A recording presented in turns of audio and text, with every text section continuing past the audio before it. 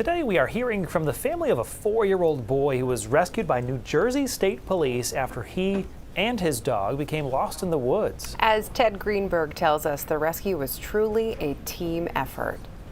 How's it going? How are you? What's up, buddy?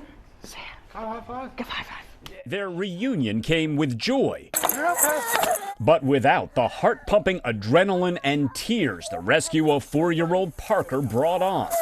When New Jersey State Trooper Ian Emmy first met the little boy and his mom. Thank God that he was found safe. The rescue in the woods of Buena Vista Township the evening of March 28th came about 90 minutes after Parker and dog Toby slipped out of the family's house. Dad Jason says he had briefly stepped away to use the bathroom. I was panicked, absolute panic. I wanted to remain calm, but in my mind was going about 1,000,000 miles an hour. Mom Vicky was heading home from work when she found out Parker and Toby had disappeared.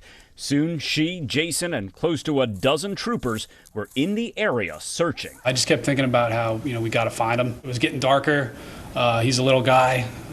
Who knows if it's getting, what could happen at night. Neighbors joined in the search. One woman and her stepdad set out on their golf cart, and what they ultimately heard made a critical difference. I just heard screaming and crying, so I called 911 and I said, pin my location, tell the cops to come back here. I found him. First thing I saw was actually the dog. I saw him doing some circles, so I figured we had to be close.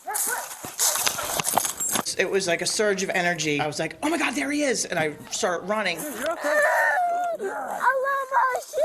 Missing a shoe, Parker was also cold, wet, and muddy, but otherwise okay, and back in the arms of his mom. Thank you, everybody. I really appreciate your help. Gratitude, along with a sweet show of thanks.